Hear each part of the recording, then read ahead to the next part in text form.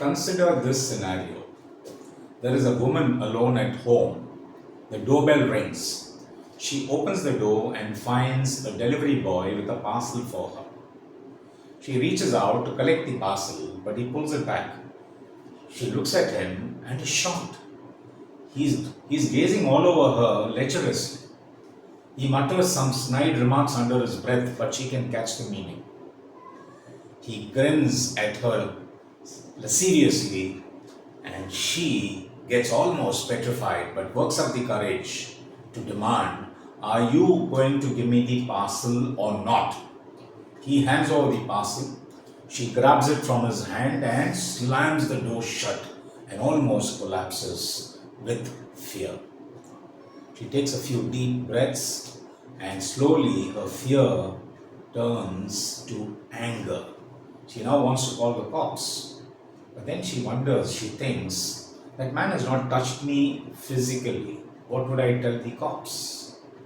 But she knows that an offense has been committed because she is feeling totally violated and absolutely uncomfortable. She wants that man to be punished. But what can she do? In 1997, the Supreme Court of India came out with the Vishaka guidelines for the protection of working women from sexual harassment. This became a law in 2013. The Posh Law, or the Prevention of Sexual Harassment of Women at Workplace Act of 2013. The law is pretty broad-based in its description of sexual harassment. It describes sexual harassment as any physical touch or advances, seeking sexual favors, and any other physical, verbal or non-verbal conduct of sexual nature. So you see, it is pretty broad-based. The law is also very clear about who can file a complaint under Posh. Only an aggrieved woman can file a complaint. Moreover, there must be a workplace involved, or there should be a working relationship between the complainant, who is always an aggrieved woman, and the respondent. And finally, the harassment must be sexual in nature. You cannot just go and file a complaint under Posh because you had a vociferous shouting match with some colleague at office or with your boss at office. Or for that matter, you got into an altercation with a taxi driver who was driving the taxi too rashly. Or for that matter, with some vendor who delivered very bad service and overcharged you. Or for that matter, even some delivery boy who comes and rings the bell 7 or 8 times, the doorbell 7 or 8 times, irritating you before you can open the door. No, these might be considered as harassment, but they're not sexual in nature. It has to be sexual harassment, and most women, I think almost every woman will know by instinct if sexual harassment takes place. So there has to be a sexual harassment to file a complaint under Posh. Now let us revert back to this house where this woman is, and can she file a complaint under Posh? Because she's at home, she's not at a workplace. But don't forget, that might be her house, but for that delivery boy, it's workplace because he has come there on duty. Moreover, there is a working relationship between that woman and that delivery boy because she has placed an order and he has come to fulfill it. So yes, she can file a complaint under Posh. Now this naturally begs the question, where will she go to file this complaint? The Posh law has clearly mandated that every organization with a minimum of 10 persons working for them must form an internal committee. And this committee will have quasi-judicial powers to take up these kind of complaints, inquire into them, and punish the guilty. Now, please note, the Posh law is a special law. It's a civil law. It's not a criminal law, so the guilty cannot be convicted. But they can be punished, and quite stringently at that. So that is what the Posh law says. And then automatically arises the third question. Fine, she can go and file a complaint with the internal committee, but where will she find the internal committee of this organization?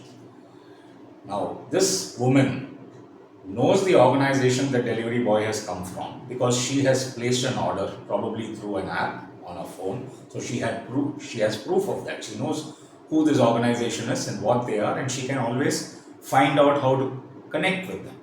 So she has that proof. But she has no clue about who the internal committee members of that organization are, nor does she know where this internal committee sits. So what does she do? This is where the Ministry of Women and Child Development steps in. Now they have a wonderful website called SheBox.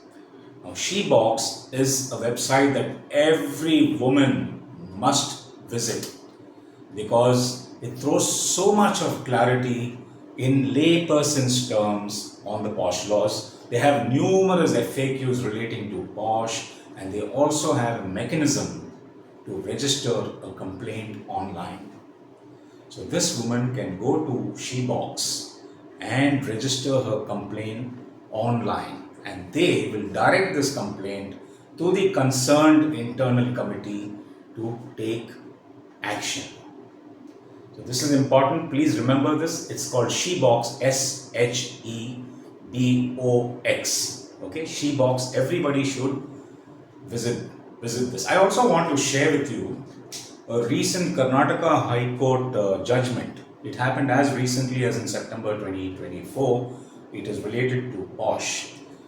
This judgment came down heavily upon a very popular taxi aggregator who refused to take a complaint from a passenger, a woman passenger, who had summoned a taxi through their app.